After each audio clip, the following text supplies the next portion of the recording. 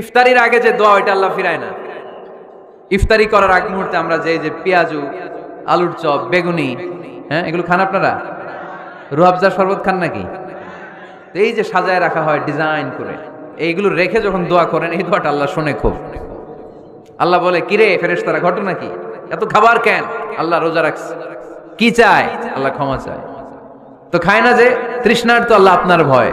আমারা দেখছে না? আল্লাহ আপনারা দেখে নাই। জান্নাত দেখে নাই, আমার জাহান্নাম দেখেছে আল্লাহ কিন্তু জানে। তারপরে ফেরেশতাদের মুখ থেকে বের করা হবে। সুবহানাল্লাহ পড়েন।